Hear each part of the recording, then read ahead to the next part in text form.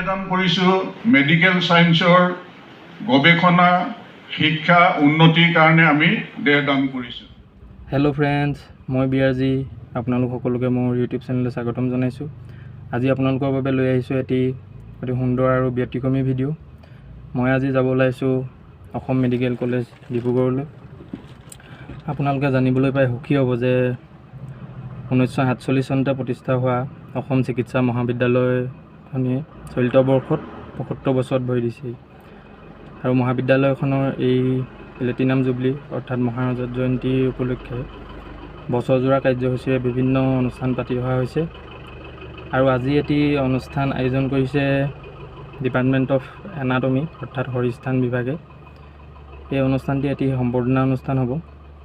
আৰু এই অনুষ্ঠানটিত যিসকল ব্যক্তিয়ে তেওঁলোকৰ দেহ দান কৰি গৈছে, তেওঁলোকৰ পৰিয়ালবৰ্গ আৰু যিসকল ব্যক্তিয়ে ইতিমধ্যে দেহ দান কৰিম বুলি চুক্তিবদ্ধ হৈছে, তেওঁলোক সকলোকে সম্বৰ্ধনা জনোৱা হ'ব। আৰু মই আজি যাব ওলাইছোঁ আমাৰ এই খনামুখ অঞ্চলৰ প্ৰবালদাৰ লগত।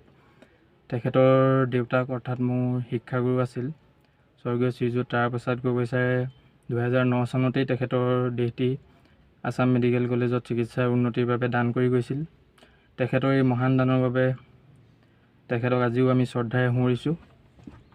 আৰু এই দেহদান আন্দোলনৰ লগত জড়িত যিসকল ব্যক্তি, তেওঁলোক সকলোকে মই শ্ৰদ্ধা জনাইছোঁ।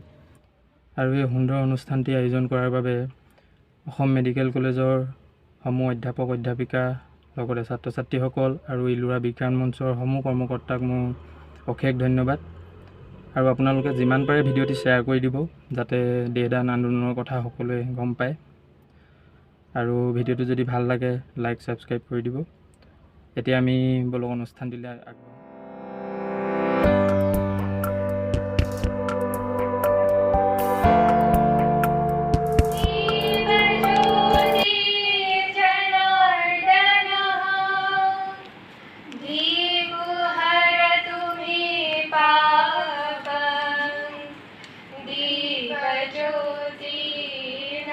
আমি সবত চেতনৰ বাবে যি প্ৰাপ্ত কৰোঁ বিভিন্ন উৎস আছে, কিন্তু এই উৎসৰ ভিতৰত শ্ৰেষ্ঠতম উৎস হৈছে যে স্বইচ্ছাৰে মৃত্যুৰ আগতে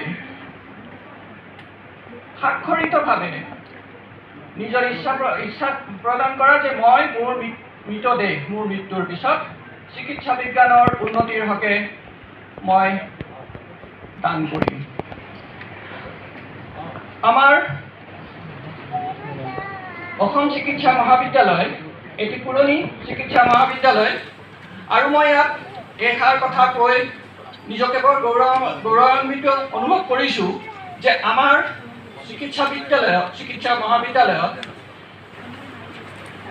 যি এনাটমি বিভাগত আমি সবচ্ছেদনৰ বাবে যি পাওঁ, মৃতদেহ পাওঁ, তাৰে বহু সংখ্যক স্বইচ্ছাৰে দেহদান কৰা ব্যক্তিসকলৰ আজি এই বিশেষ কাৰ্যক্ৰমত যিসকল ব্যক্তি ইতিমধ্যে তেখেতসকলৰ মৃতদেহ দান কৰিছে, সেইসকলৰ পৰিয়ালবৰ্গ তথা যিসকলে স্বাক্ষৰিতভাৱে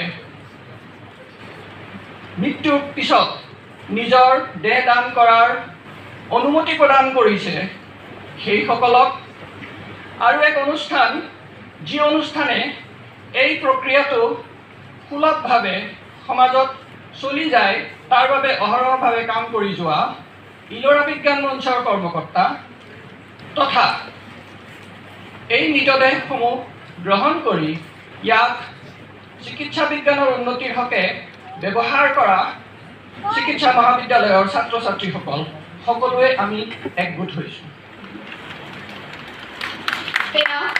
প্ৰয়াত তাৰপ্ৰসাদ গগৈদেৱৰ পৰিয়ালবৰ্গ।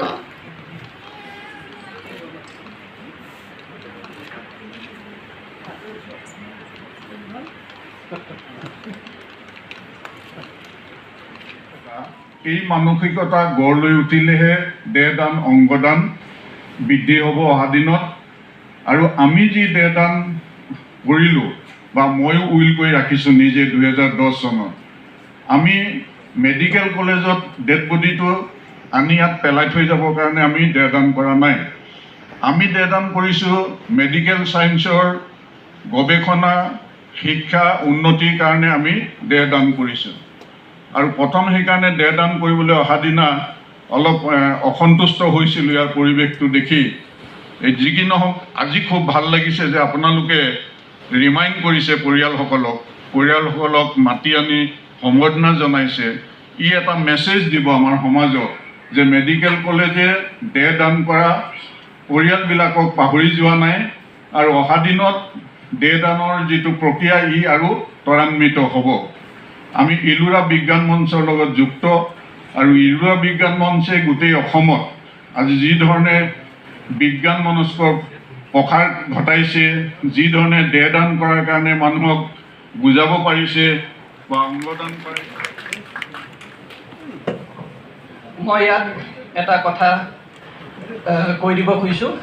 তেখেতৰ লগত যেতিয়া ফোনত যোগাযোগ কৰা হৈছিলে তেখেতে বয়সৰ কথা কৈছিলে মই অকলে যাব নোৱাৰিম, কিন্তু নিশ্চিন্ত থাকক, মই লগ কোনোবাই বিচাৰি ল'ম আৰু মই নিশ্চিতভাৱে আপোনালোকৰ কাৰ্যক্ৰমত উপস্থিত হ'ম। আৰু আজিৰ কাৰ্যক্ৰমত প্ৰথম ব্যক্তি ইয়াত উপস্থিত হোৱা সুদূৰ নগাঁৱৰ পৰা তেখেতে সাক্ষাৎ কৰি দিব লাগে। আমি আশা কৰোঁ বাইদেউ নিজৰ এই স্বাস্থ্য যুদ্ধখনৰ পৰা সফলতাৰে এটা ছেমিনাৰ দিছিলে, তাত মোৰ এটা জ্ঞান হ'ল ভিক্টৰ আইচেলমেংগাৰ 1887ত ফ্ৰেন্সৰ এজন ডাক্তৰ, তেওঁ এজন ল'ৰা তেওঁৰ তাত আহিছিলে 18 বছৰ বয়সত। ল'ৰাজনৰ তেওঁ একো ধৰিব পৰা নাছিলে, হাৰ্টৰ বেমাৰ, নীলা পৰি আছিলে। সেই ল'ৰাজনক তেওঁ ফ'ল' কৰি আছিলে 28 বছৰ বয়স, 10 বছৰ ফ'ল' কৰি 28 বছৰত সেই এই ল'ৰাজন ডাঙৰ হৈ 28 বছৰ বয়সত ঢুকালে। ঢুকোৱাৰ পিছত তেওঁলোকে কবৰ দিলে।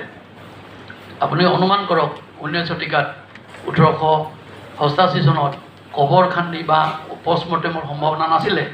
তেওঁ ৰাতি এটা লেম্প লৈ সেই কবৰস্থান খান্দি অকলে মনে মনে হাতটো দাঙি লৈ আহিছিল, উঠাই লৈ আহিছিলে, আকৌ কবৰটো পুতি থৈ আহিছিলে। সেইটো চিকিৎসা বিজ্ঞানতো অৰিহণা দিলে যে কি বেমাৰ হৈছিলে, কাৰণ সেই বেমাৰ সেই সময়তে ইমান ইনভেষ্টিগেশ্যন নাছিলে। কেনেকৈ পালোঁ আমি? এই শদেহৰ পৰাই আমি পালোঁ। আজি আমি 200-300 বছৰ পাৰ হৈ যোৱাৰ পিছতো আমি সেই সমস্যাত ভুগিব লগা হৈছে যে এনাটমী বিভাগত আমাৰ চিকিৎসা বিজ্ঞানৰ উন্নতিৰ কাৰণে আমি নাপাওঁ। ইলোৰা বিজ্ঞান মঞ্চৰ জন্ম হৈছিল, ইতিমধ্যে কৈছে। ইলোৰা বিজ্ঞান মঞ্চ, ইলোৰা ৰায়চৌধুৰী বুলি এজনী মহিলা আছিলে, তেওঁ কেঞ্চাৰত ভুগিছিলে, শেষ অৱস্থা অতি জটিল আছিলে। আমি মাজে মাজে খবৰ কৰিব গৈছিলোঁ, মৃত্যুৰ 3 মাহমান আগতেও মই ডাক্তৰ হিচাপে এবাৰ খবৰ কৰিবলৈ গৈছিলোঁ। ইমান মনোবল শ্ৰেষ্ঠ আছিলে। তেওঁ মোক কৈছিলে যে দাদা, যে মোৰ মৃত্যুৰ পিছত কিন্তু তোমালোকে মোৰ দেহটো কাটি কি হৈছিলে মোক বিচাৰ খোচাৰ কৰি চাব লাগিব। আৰু তেওঁ প্ৰথম মহিলা অসমত দেহদান কৰা প্ৰথম মহিলা।